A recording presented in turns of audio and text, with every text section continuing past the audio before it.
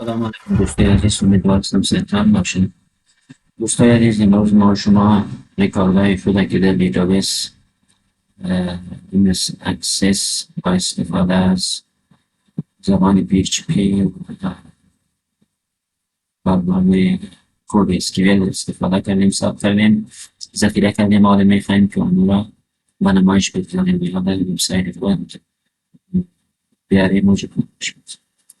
به خاطر از این موضوع ما شما میتونیم چیکار را پیدا کنیم. دوستای عزیز، کار اول که میکنیم ما شما به می فایل که قبلا استریمر که ساختیم، دوستای عزیز در این قسمت اول زن رو فقط روشن میکنیم. زن ما شما روشن است، براوزر رو باز میکنیم، لوکال هاست و نام تست انزر باشه. دوستا، دیتایی که داخل دیتابیس است رو باید به قسمت پایان از این فارم به نمایش گذاشته شود. چند ریکارد است، کی کار است. به خاطر از این ما دوستای عزیز باز در اسکریپت چی می‌بینیم؟ test insert.php سپلیمنت رو باز می‌کنیم. دوستای عزیز در test insert میریم، فولدری که قبلا کردیم برای فارم HTML و CSS. دوستان در آخر از این ما شما در این قسمت وب لاین است و HTML ختم شده. در این قسمت پایان ازی ما شما کد PHP استفاده میکنیم. PHP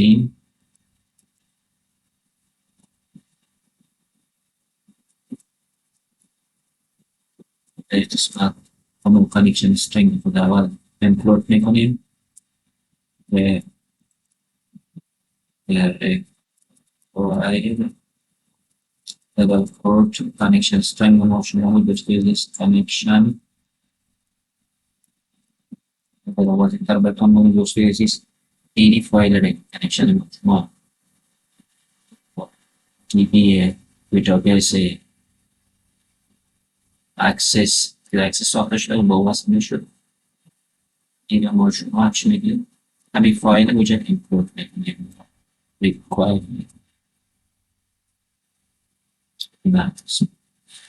connection string bb.php terminate as a connection is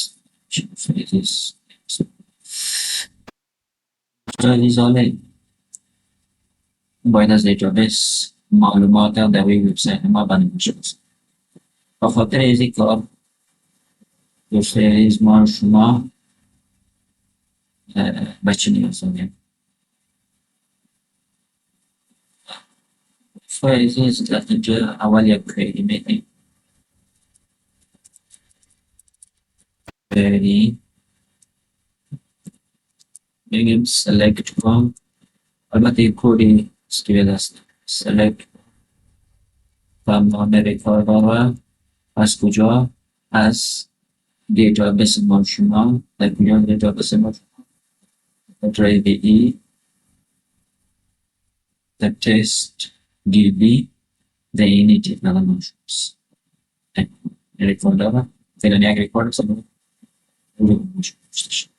در دیتابیس ما شما تست DB جیبل ما چی است؟ تست جیبل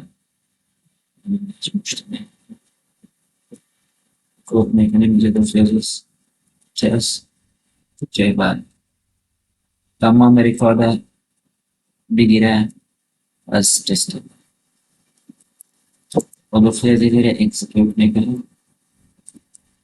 result or bbc underscore execute و دوستای عزیز در این قسمت کنکشن ما نامش و داخل از این کنکشن نام داخل از این فایل اسکریپت کنکشن ما شما نامش چی بود؟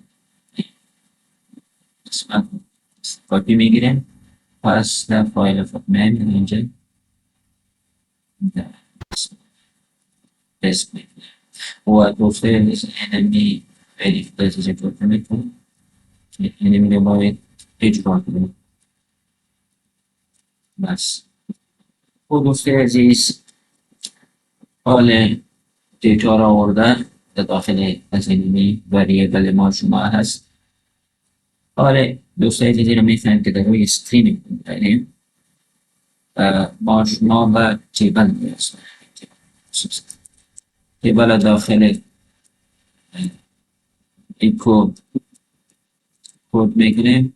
تیبل در داخل تیبل تیپار است و داخل تیپار ما شما تیپار را بسته میکنیم. تیپار و داخل تیپار عنوان تیبل جور میکنیم. TH بسته باز TH را بسته میکنیم. خب دوستای عزیز در اینجا اول ستون ما شما به نام ID هست. دوستای عزیز این قسمت همی تایتل تیبل بس از این کلمه کپی پیست میکنیم. در قسمت کلمه دوم ما شما به نام نیم بود. کلمه سوم ما شما به نام استیپوست بود و کلمه چهارم ما شما به نام سالری.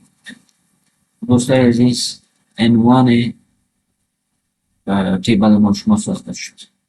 حالا میفهمیم که بک‌گراند یا بادی تیبل خاطر از وایل لوپ استفاده میکنیم. وایل لوپ ما شما یک وریبل اینجا میتیم که رو آی را که در اینجا در این اره تمام دیتایی که اکسوری با شکل رو در داخل تیبل شده مساوی دوستای عزیز اور بی بی سی اندرسکور فچ میکنیم. فچ اندرسکور اره کدام اره ده؟ این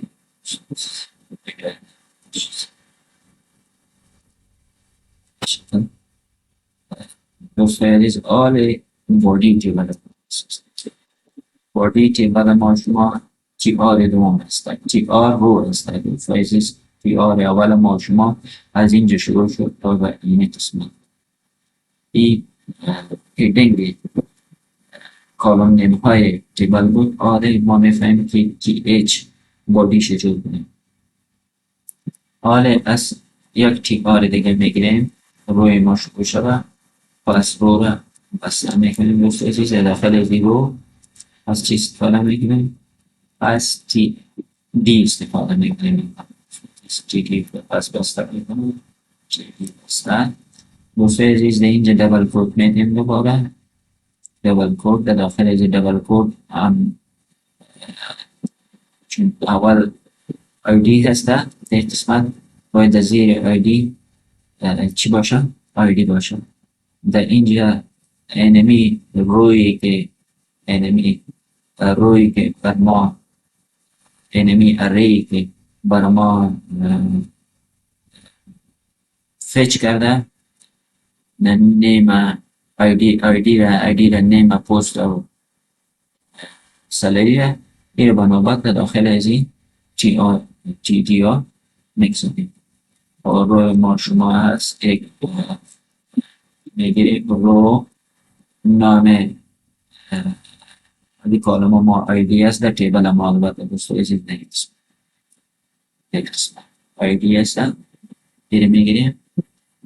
دوستو عزیز آیدی گرفتیم بسته میکنیم. دوستو عزیز اینجا آیدی باید به زیر کالم اول و زیر آیدی و باز این قسمت کپی میگیریم و زیر دوم شد.